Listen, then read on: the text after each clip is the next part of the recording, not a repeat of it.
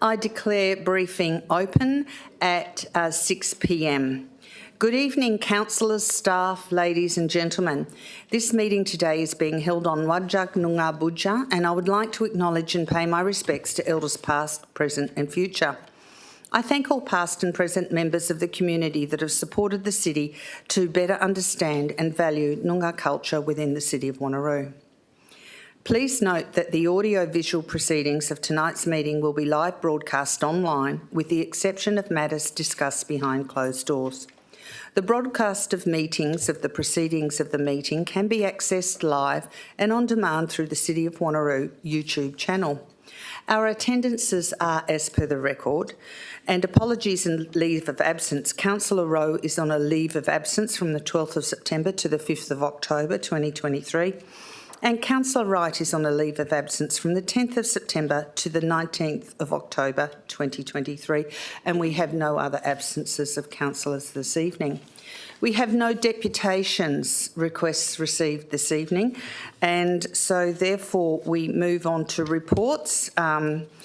Any declarations of interest by council members, including the nature and extent of which the interests are to be made at the commencement of the item which the interest relates. Declarations of interest forms are to be completed and handed to the Acting Chief Executive Officer. And our first part of the list tonight is Planning and Sustainability. Mr Dixon. Good evening, Mayor and Councillors. There are 3 reports from the Planning and Sustainability Directorate on tonight's agenda. Given that each of these reports have already been presented to our Audit and Risk Committee, I do not intend to introduce the items, but Mayor, I'll be happy to answer any questions.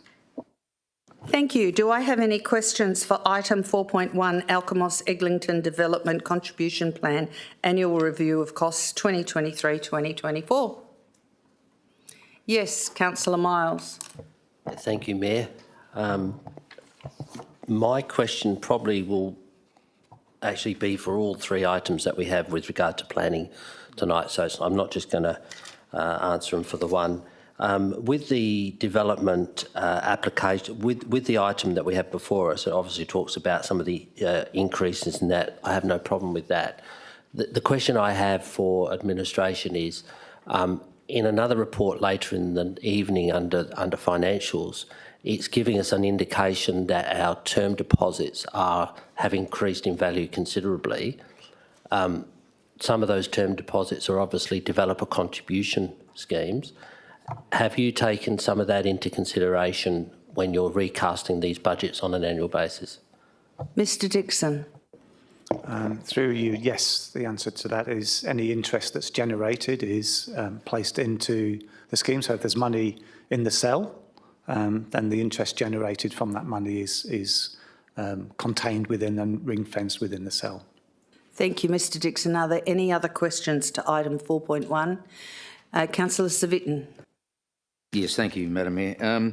My question is regarding the continual updating of these particular developer contributions. I know we look at these every 6 months, and we keep renewing them as depending on where the market goes, etc., with regards what we require with all of our community buildings, etc.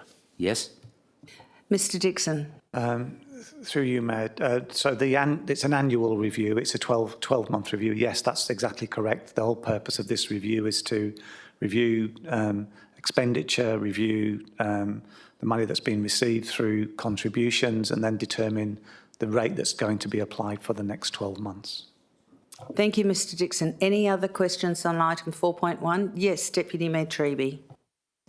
I just want to ask this one question, which is probably a follow-up to Councillor Miles's question. Just for absolute clarity, Mr Dixon, can you confirm that, in essence, any of the money that's held in reserve accounts for the DCPs, the city's role and council's role is one of being a trustee, and that money is set aside for the specific purposes of use within the reserve with which it's created, and it's not to be used as a discretionary use by council for any other reason? Mr Dixon. Through you, Mayor, that's correct. Thank you, Mr Dixon. Are there any other questions on item 4.1? If there are no more questions on item 4.1, do I have any questions on item 4.2? If there are no questions on item 4.2, do I have any questions on item 4.3? If there are no questions on item 4.3, thank you very much, Mr Dixon and Mr Van Helen. And we go to assets and Mr Singh.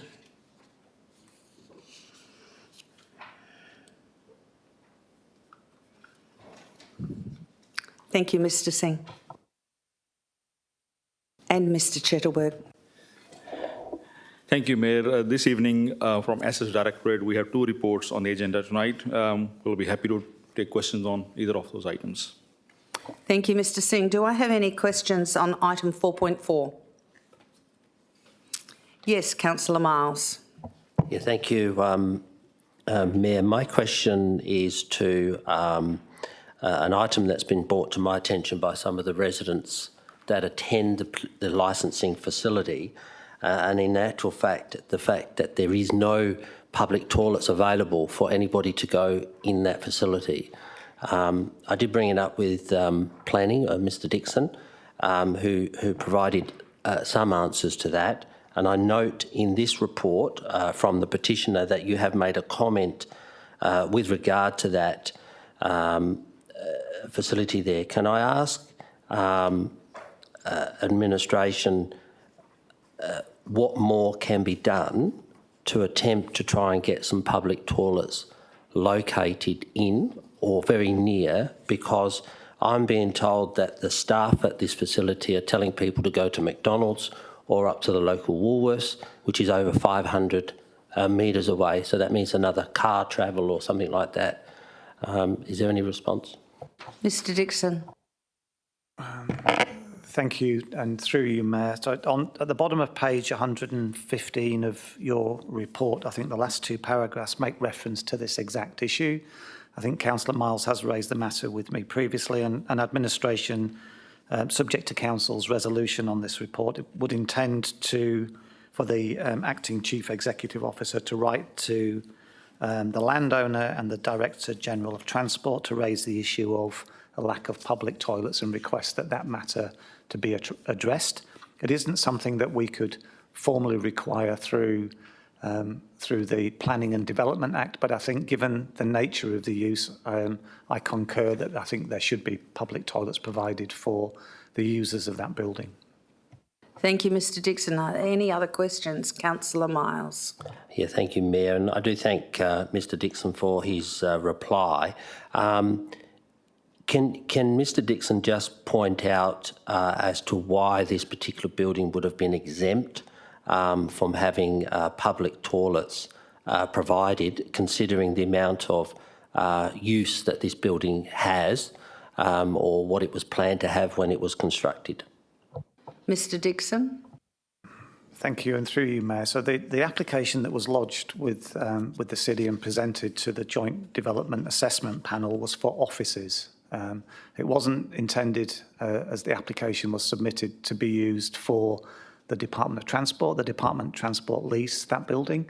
In accordance with the building codes of Australia, for an office development, it doesn't require public toilets to be provided. And that's the main reason why public toilets weren't provided in this instance. However, since administration is aware that the building is being used by the Department of Transport, which does involve a significant amount of public interaction, I think it's reasonable that Council, through the CEO, writes to the Department of Transport and the owner to request that public toilets be made available for the patrons of the building. Thank you, Mr Dixon. Are there any other questions on this item? Councillor Berry. Thank you, Madam Mayor. In regards to the recommendation 4, is it possible to add a time limit on it? Because obviously the people that have put the petition in are all already inconvenienced. Can we actually ask that Department of Transport and landowner take the action within a reasonable time rather than leave it open-ended? Thank you. Mr Singh.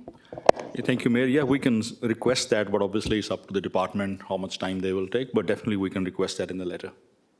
Thank you, Mr Singh. Any other questions? Councillor Smith. Thank you, Mayor. Just a process question for my own benefit. I'm just trying to wrap my head around how the situation happened in terms of the lack of toilets. So I understand with the office manager that serves that purpose, but when an application changes the purpose or nature of what they're providing, does it not have to come back to JDAP? And then as another issue, it's surprising that the department would take a place that doesn't have public facilities as well. So I'm just trying to look for the future. How do we stop this from happening again? Mr Dixon? So the nature of the use hasn't changed. The operator is the Department of Transport, but the use is as an office. And as I mentioned previously, an office under the building codes of Australia doesn't require any public toilets to be provided. Logic in this instance would dictate, given that it is being used by the Department of Transport for the purpose as it is, that they should be providing public toilets, but the building codes and the planning provisions don't require that for an office development application that was lodged.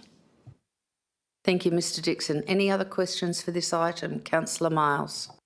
Yeah, just to further on from Councillor Smith's question to Mr Dixon, if possible, Mayor. Whilst I understand it was the application was put in for an office, as part of an application, does the proponent need to put in what is expected as an office? How many people would attend that office? Because there's an office that's real estate that you're lucky to get 3 people a day in, or in this case, a public facility like this clearly is always going to have many hundreds of people a day. So isn't there a part of the code that would actually enforce that? Mr Dixon. The short answer to that is no. So the application that was lodged was for an office. It was by an applicant without any reference to the Department of Transport. So in accordance with the building code, there isn't a requirement for, as I mentioned, for public toilets, and that's the situation that's arisen. In hindsight, I think in looking at the actual operation of the building, I think it's reasonable for the city's administration, if council resolves for us to write to request that public toilets be provided, but there isn't a requirement under both the building codes of Australia or the planning and development provisions to require public toilets for office buildings. Thank you, Mr Dixon. Are there any other questions on this item? Councillor Miles. Yeah, a different subject. Mr Dixon can deal with what he needs to do. But my other question is to Mr Singh. Now, I noticed myself when going along there that a lot of people are also parking in the laneway right behind this particular facility. That laneway is purely there for people to access garages and our own traffic people, waste disposal people to get through. As part of this, I noticed that you're not recommending any traffic treatments along there, but could we have no parking there, but on the opening hours of that centre?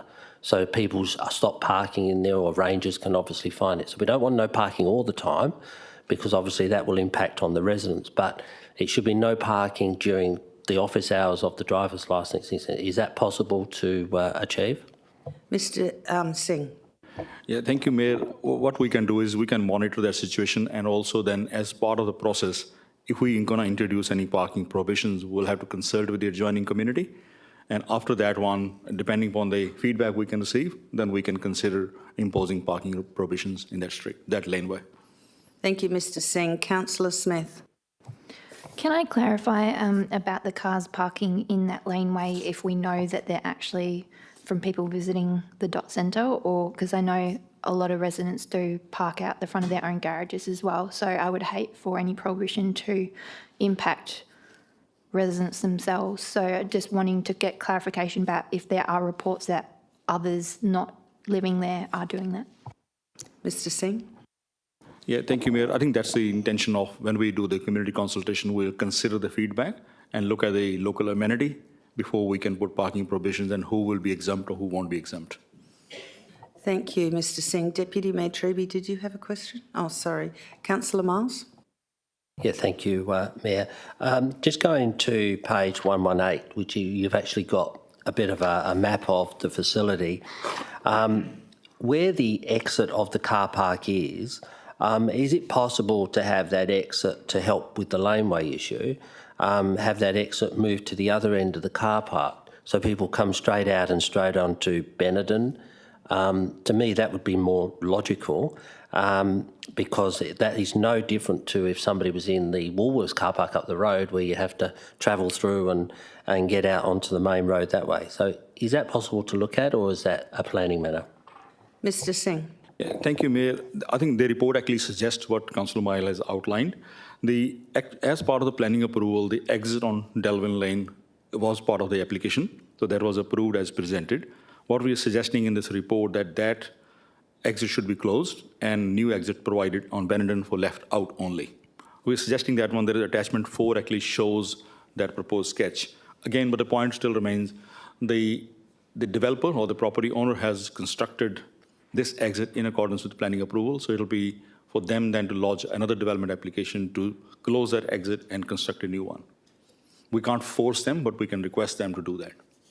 Thank you, Mr Singh. Are there any other questions on this item? Councillor Miles? Yeah, thank you. My final question is, this particular site also has boom gates activated. Was that part of their application? Are they trying to restrict people from accessing the site? Or I was trying to work it out, being such a public building. Now, I know the one at the back is quite often left up because it has LED lights on it. And at first I thought it was a Christmas tree, but yeah, so I just wanted to understand whether that was part of that process of application. Mr Singh? Thank you, Mayor. I will have to take that on notice to check that was it part of the application or is just to control the accessibility of the car park the developers have chosen to install it. Thank you, Mr Singh. Any other questions on this item? Councillor Miles? No, Mayor, just to further that I will want to do an amendment on item 4 of that recommendation. Thank you, Councillor Miles. And if we've finished with that item, we'll move to item 4.5, Parks and Conservation Management, Tender 23114, Parks and Streetscape Maintenance, Madley, Darsh and Lansdale. Do we have any questions on this item? Councillor Herridge. Thank you, Mayor. Just wanted to flag that I've sent through quite a list of questions for the team to answer, and they've been absolutely brilliant. They've come back with most of them. There's a little bit left to go, but if I can ask if those questions and answers can be circulated through all the councillors for next week, would be awesome. Thank you, Councillor Herridge. Are there any other questions on this item? Councillor Smith. Thank you, Mayor. I notice this is the second I guess, tender that's come before us while we've still got the review happening, and that these contracts would lock us in for a little bit of time. I'm just wondering how the review is going to affect, I guess, these contracts. Are we locked? So once we're locked in, there's no ability to change them based on what we decide in the review? Mr Chettleberg. Through you, Madam Mayor, we've got mechanisms within both this contract and the Streetscape South maintenance contract that we brought before Council in September 2023 to, based on the feedback from the Service Review Group and recommendations, we can make adjustments to service levels or frequencies within both contracts. Thank you, Mr Chettleberg. Do we have any other questions on this item? Councillor Nguyen. Sorry, can you just clarify that in terms of changing the service level and frequency? It seems like this is a fixed lump sum contract. Does that mean that if we were to change the service level, then that would either increase or decrease the fee? Mr Chettleberg. Through you, Madam Mayor, potentially, as with anything when we go to market will dictate pricing, but from experience, we would expect to see some change in price associated, whether levels go up or down, there possibly will be a change in the costs to go with it. Are you saying this is after the 2 years or within the 2-year fixed contract? We've got mechanisms within the contract to change the service frequency, so it would be through negotiation with the successful contractor, depending on whether it's an increase or a decrease. We would go back to them and negotiate with them any additional funding or a reduction in funding. Thank you, Mr Chettleberg. Do you have another question, I've got a few Newen? questions. Well, we'll deal with them one at a time. Councillor Newen, ask your next question, please. Okay. I'm trying to work out, I guess, on a dollar basis to consider, I guess, value for money in terms of this contract. In terms of dollar per square metre, covering the parks or... Councillor Newen, we need to be careful with this question because we have a confidential attachment to this that deals with the cost of the tender. If you're talking about dollar per, if we're going to enter into anything with the confidential attachment, we'll have to go behind closed doors. So please be aware of that in your question process when you're asking this question about dollars and cost, please. Thank you, Councillor Newen. Continue with your question. It's not in the confidential item, Mayor. Have we calculated, I guess for comparison, what is a per dollar per square metre that we pay under this contract compared to, let's say, another area, just for comparison? That is getting into dollar cost that we're talking about publicly. Mr Greer, are you involved with this contract at all? Sorry. Do we need to go behind closed doors to discuss this any further when we're doing dollar cost per square metre compared with other contracts, as this is a tender? Thank you. Mayor, we can provide a quite high-level response to that question, if that's acceptable. So long as it doesn't risk the tender, I'm happy to go with that. Through you, Madam Mayor, as part of the evaluation process for any tender, we do compare the meterage costs or the hectare costs to make sure, one, they're competitive and we're getting value for money, noting that specifications do change from contract to contract, and also look at our internal costs as well to compare to make sure that we're getting better value for money and the best value for money to deliver that service. Thank you, Mr Chettleberg. Do you have another question, Councillor Newen? I do.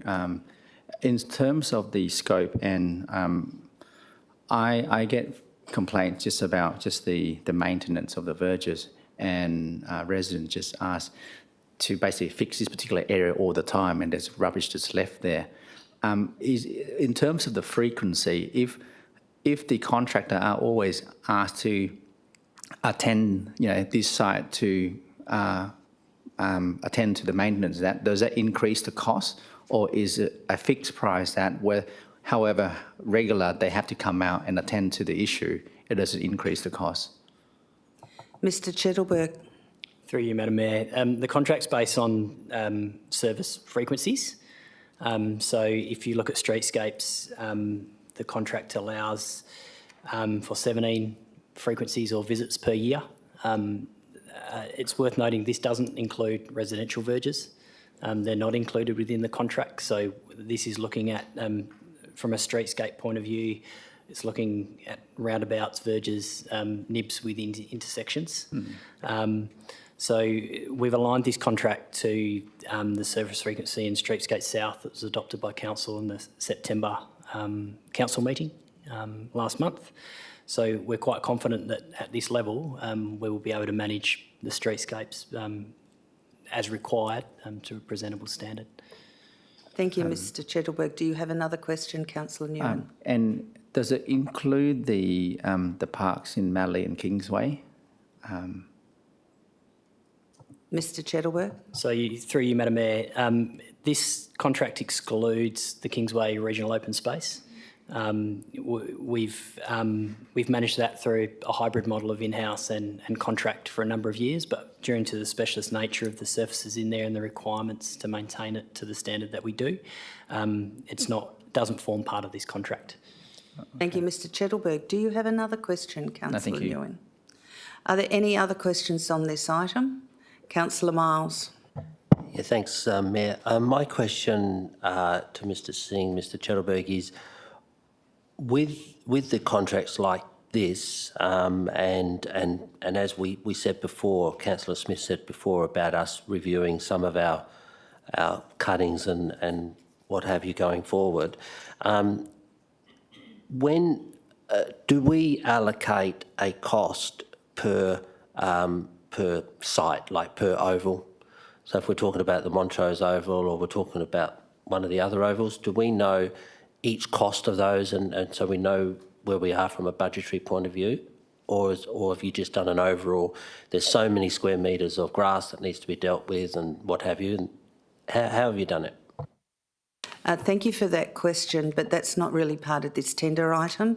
Mr Chettleberg, if you could respond, but we know it's not part of how this tender was. Through you, Madam Mayor. One of the benefits we've gone through with the service review into streetscape management is the development of our map books. So using our GIS to accurately map out our areas.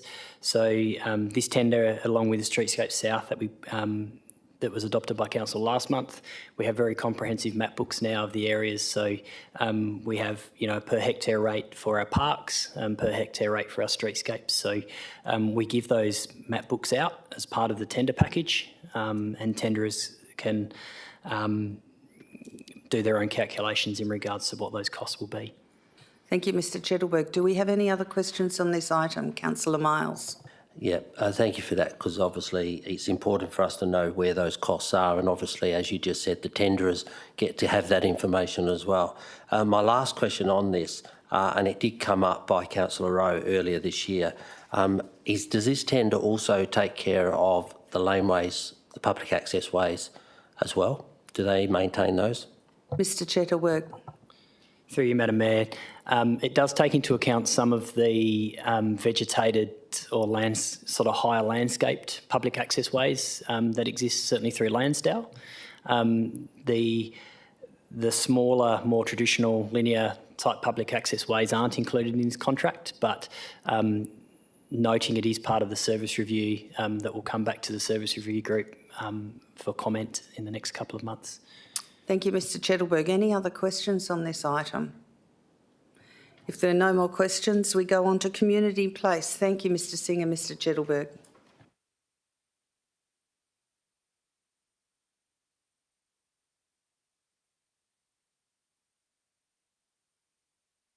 Mr Clem, would you like to speak to any of these items? Thank you, Mayor. Yes, just one report for Community in Place tonight. It's a matter that has been to Council, well, an update on a matter that was brought to Council back in June. So I won't introduce the item, but we're happy to take questions. Do we have any questions on this item? Councillor Smith. Thank you, Mayor. On page 174, it references that administration wrote to the Honourable Mrs. Sabine Whittenham, and I was just wondering if administration knows that if any meeting occurred and if any outcome came of that.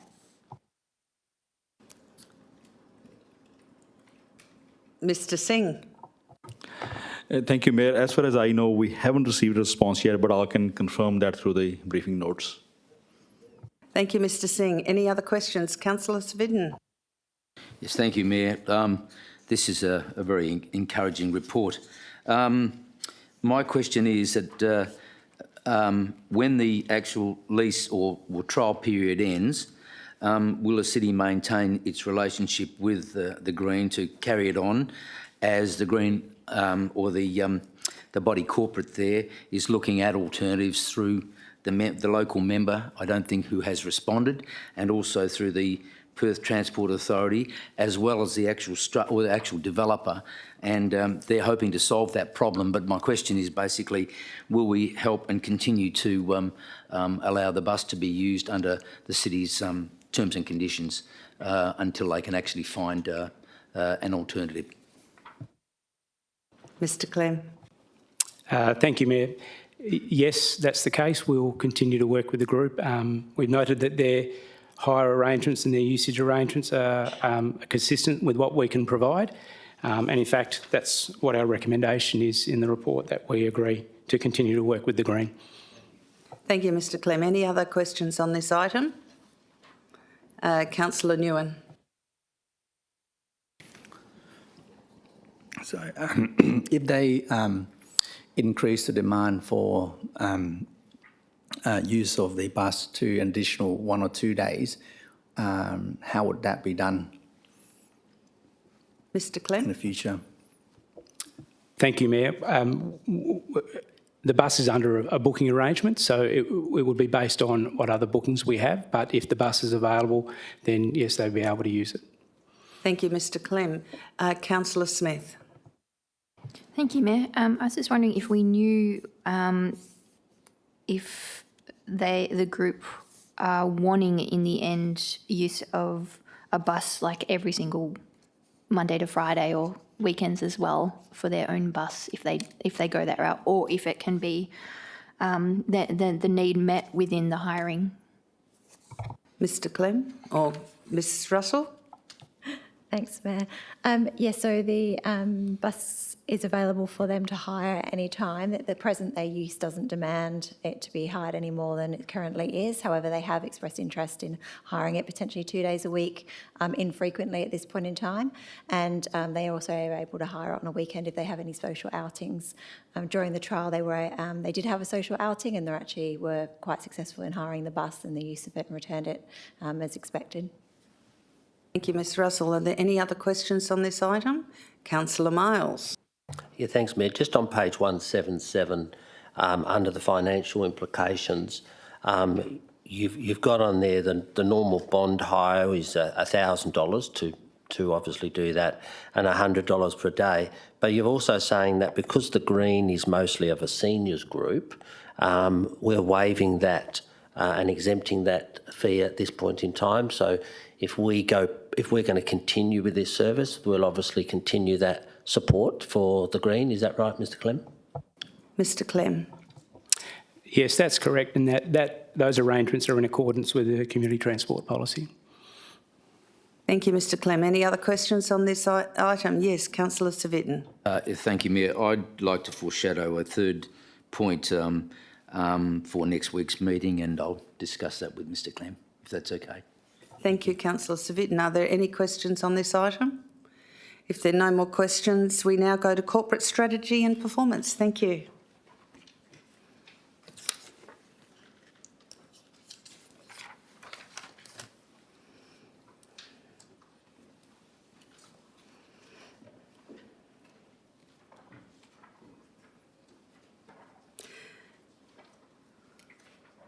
Mr Coates, is there any items that you wish to speak through tonight? 4.7, no, Madam Mayor. 4.8, yes. I would just like to mention that with 4.8, which includes a number of items covered on the heading Financial Activity Statement, there's unfortunately a typo on page 262, and I just want to bring that to your attention. That is halfway or midway down the page, there's a table called Statement of Financial Position, and in the movement column, the total under net current assets, the 185,113,058, should be the two numbers deducted, one from the other, and should be 170,416,327. That also then translates in a change in the note 1, where is a reference to increased by 185.1 million. That should be 170.4 million. Those are the only edits to this report. So I've got no further that I would like to mention in that report. Then if we go to 4.9, I'd just like to mention that it's a simple majority decision to be made, and it has been discussed before in other meetings, so there's nothing further to discuss. And as I understand it, under 4.10, dealing with electronic attendance at meetings, that is also open for questioning. Okay, so we'll go to item 4.7, warrant of payments for the period to the 31st of August 2023. Do we have any questions on that item? Councillor Berry. Thank you, Madam Mayor.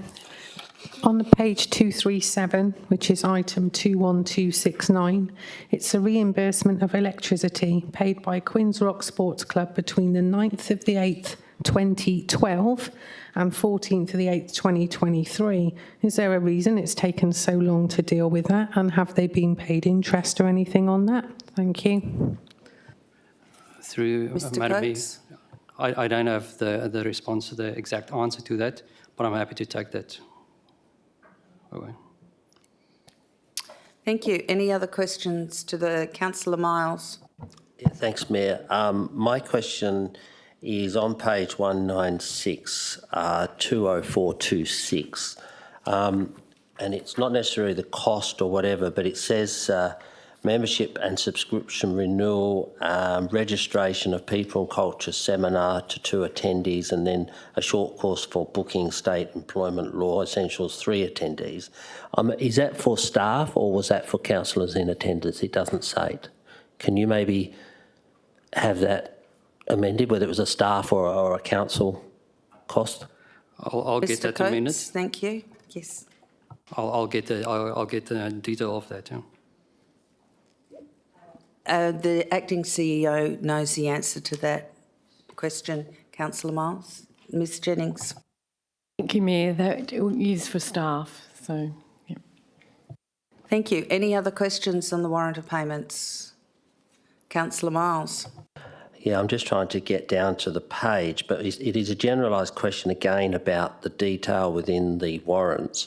There's some payments made to Castle, Dine, Gregory Legal. What I was asking for is there's no case against that payment, and I'm just wondering whether we can have the case put against it so we can at least see where the lawyers' fees are going. Because none of those cases, if it's in a court, none of those cases are confidential because it's all public information. So I would ask administration to place the case next to those payments if they can, please. Mr Coates. So noted. We'll do that. Thank you. Are there any other questions on the warrant of payments? If there are no more questions on the warrant of payments, I go to item 4.8, the financial activity statement for the period entered the 31st of August 2023. Do I have any questions on item 4.8? If there are no questions on item 4.8, I go to property services, the proposed closure, 4.9, the proposed closure of unnamed unconstructed road reserves in the Dundebar region. Do I have any questions for this item? Councillor Smith. Thank you, Mayor.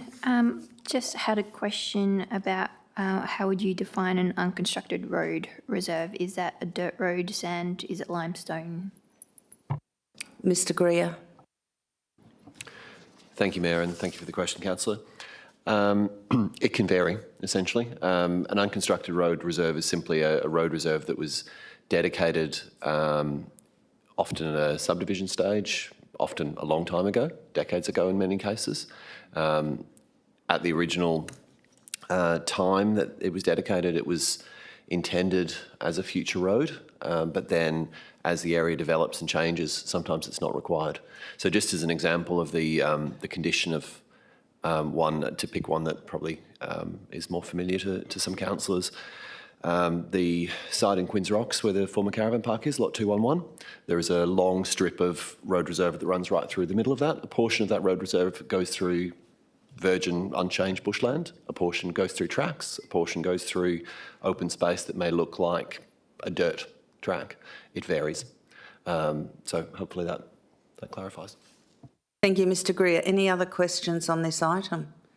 Yes, Councillor Miles.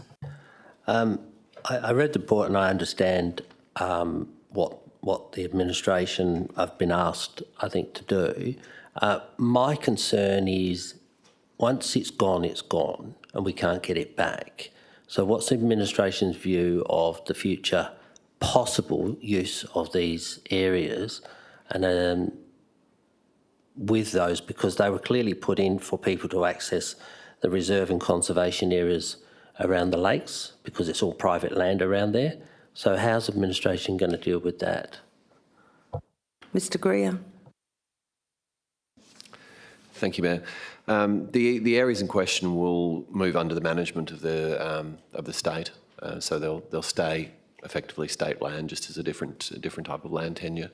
In terms of the use or otherwise of them now, we haven't had any indication or any suggestion as part of our own due diligence, and I suppose as part of the information the state shared with us previously, that they are needed for any purpose like that. We have considered also the future need as part of the development of East Wanneroo, and the view is that they're not needed.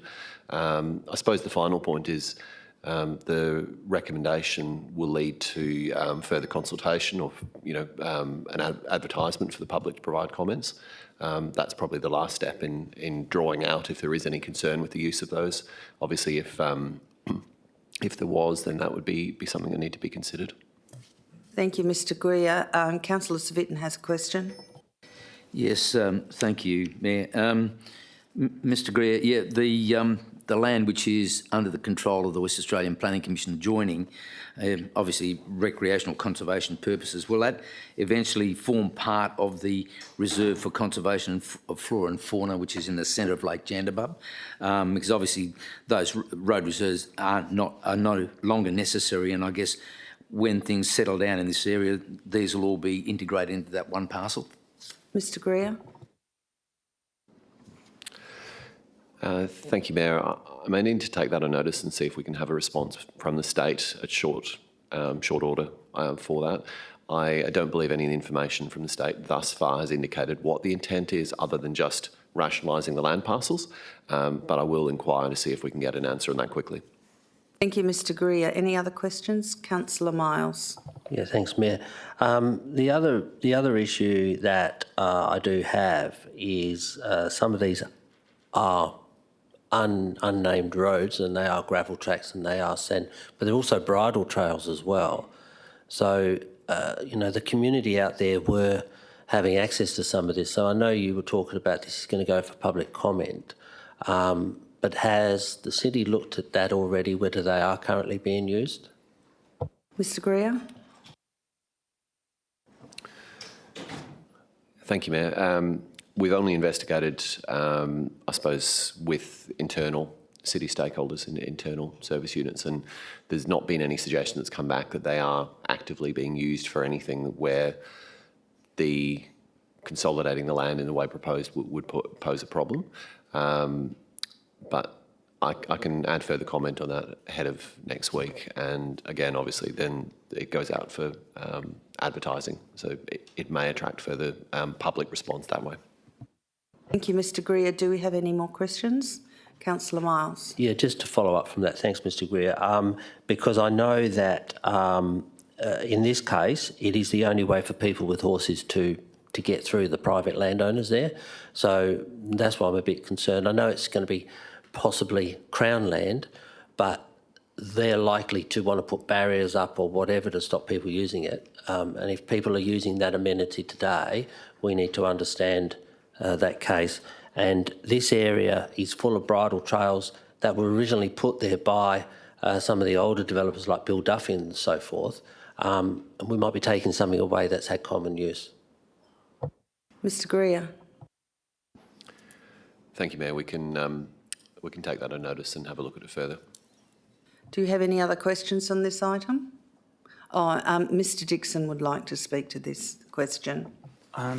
Through you, Mayor, just to give some context in terms of the future urbanisation of East Wanneroo, you'll note that I think the intent in the East Wanneroo District Structure Plan is for there to be public access ways provided around the lake system. Certainly in our local planning policy that Council's adopted and is out for consultation, the intent is to provide continuous linkages around for pedestrian, cycle and other use around the lake system. That's certainly what's intended in the future for the lake system, so that they're accessible, managed access for the local community as well as for conservation purposes. I hope that gives a bit more context in terms of future intended use of the lake systems. Thank you, Mr Dixon. Any other questions on this item? If there are no more questions, we'll go to item 4.10, which is electronic attendance at meetings. Deputy Mayor Treby. Just very briefly, I'll be moving a motion to refer this item back next week for further and better particulars. Thank you. Are there any other questions? Councillor Nguyen. Just trying to work how this work in practice. Just on page 286, where the member has to have access to reliable connection with the continuous and clear participation. How do you determine the area that the person is located has access to reliable internet access? Do you have a defined area that you think may not have reliable access at the moment? I'm wondering if this item is going to be referred back for further discussion in forum. Maybe these kind of questions, maybe we should stop questioning now, and these kind of questions can be asked at the when it's deferred back in the forum when we discuss it further. Would that be appropriate? And would that be appropriate, Ms Copes, for that, seeing it's been foreshadowed that this item will be sent back? Well, okay, I agree. It hasn't been determined yet, so we have to accept the questions. Thank you, Councillor Nguyen.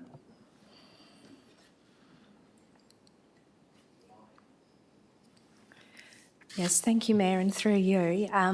No, there isn't parameters set at the moment, but the information that is supplied upon the request is the determining information. So through the form that is to be developed based on the parameters within this policy, the council or mayor, whoever is the determining authority, would be able to assess the information that the council member provides.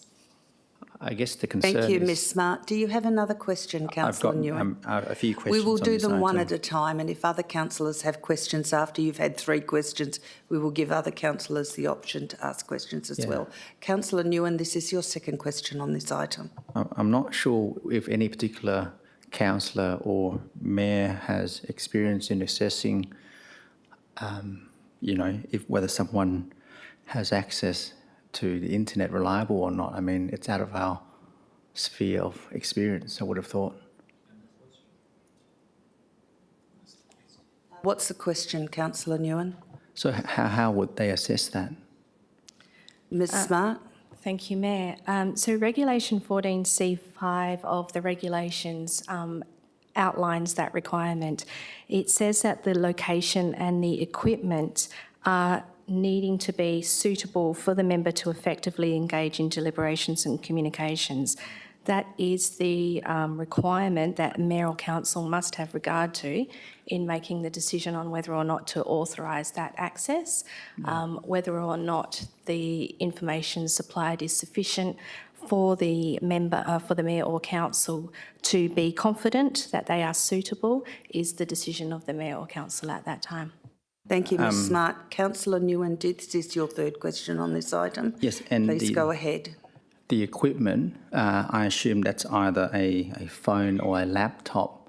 Is there a preference for which equipment that would be, that would satisfy this policy? Thank you, Ms Smart.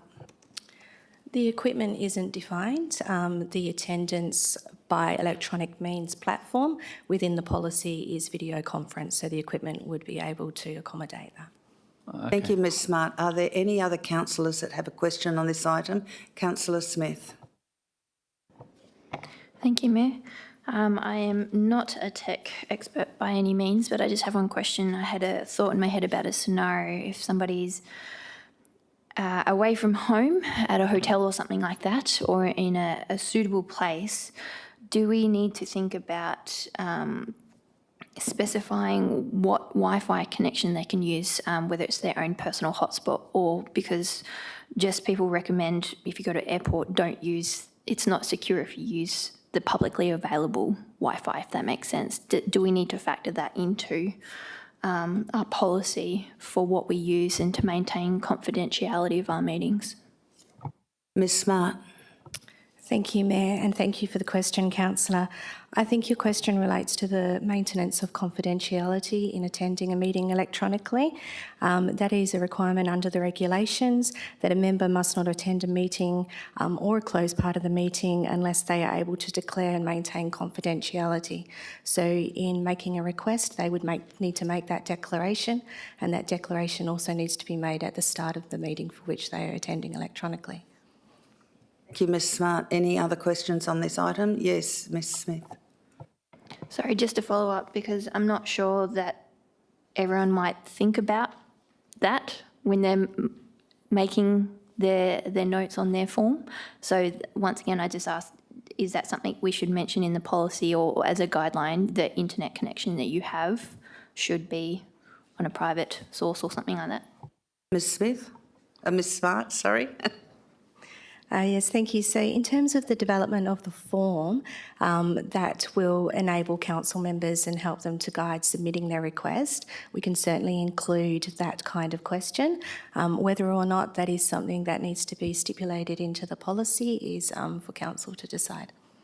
Ms Smart, any other questions now on this? Councillor Nguyen. Just in relation to an ordinary meeting where it has to be determined by the council. So in practice, what that means is you got to give at least 30 days notice, because if you were to wish to attend a council meeting by electronic means, at the next ordinary council meeting, you can't, simply because there's no council meeting to determine that request.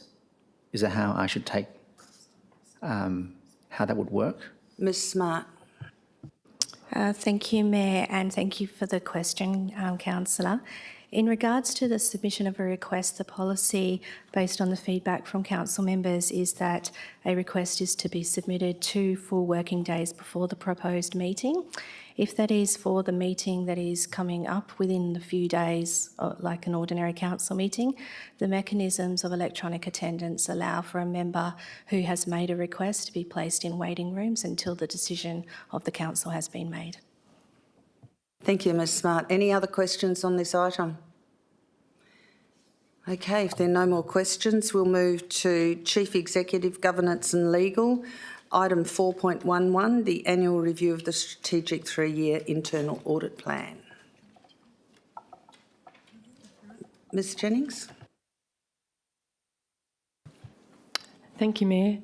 The 2 items tonight, one has been, 411 has been to the Audit and Risk Committee, and the dates for council policy review and extension, quite straightforward. Happy to take questions between Vicky and myself. Thank you. Do I have any questions to item 411? There are no questions for item 411. Any questions for item 412, review and extension of review dates for council policies? If there are no questions for that item, we go to motions on notice. Item 5.1 is Councillor Huntley has an annual event for not-for-profits, community and sporting groups, and item 5.2 is a motion to revoke Council Resolution MN01-08/23. Item 6, late reports to be circulated. We have none. Item 7, public question time. There have been no questions received in writing. Are there any public questions from the gallery? If there are no public questions from the gallery, confidential, we will now move into a confidential session to discuss item 8.1. So thank